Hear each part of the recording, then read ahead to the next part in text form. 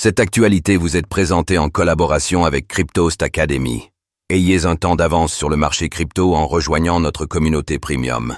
Consensus a subi 2 fois la débancarisation orchestrée par le camp démocrate. Le PDG de Consensus a révélé comment son entreprise, notamment derrière le développement de MetaMask, a dû faire face à la débancarisation. Par 2 fois, les comptes de la société ont ainsi été fermés. Voyons cela en détail.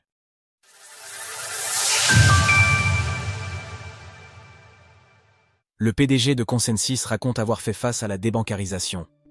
Nous l'avons notamment vu avec les actions de Coinbase contre la Federal Deposit Insurance Corporation, FDIC. Les banques ont été vigoureusement poussées à adopter une politique hostile aux crypto-monnaies durant le mandat de Joe Biden.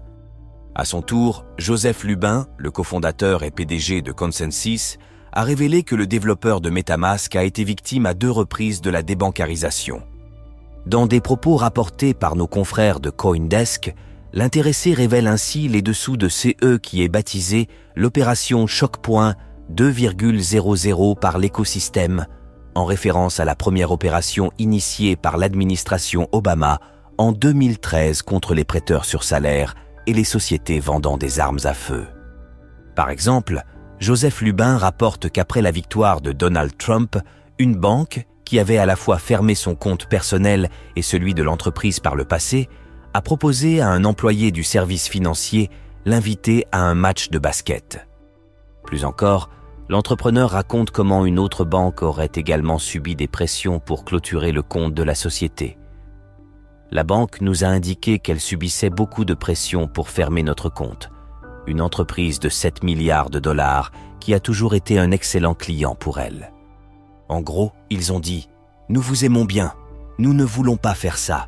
Nous allons essayer de retarder le processus le plus longtemps possible et nous vous ferons savoir si nous devons faire quelque chose. » Plus tard, cette même banque a annoncé à Consensus qu'elle ne pouvait plus rien faire, en informant qu'elle était désolée de devoir procéder à la fermeture du compte de la société. D'après une source proche du dossier, la banque en question serait Wells Fargo, bien que ceci soit à considérer avec prudence.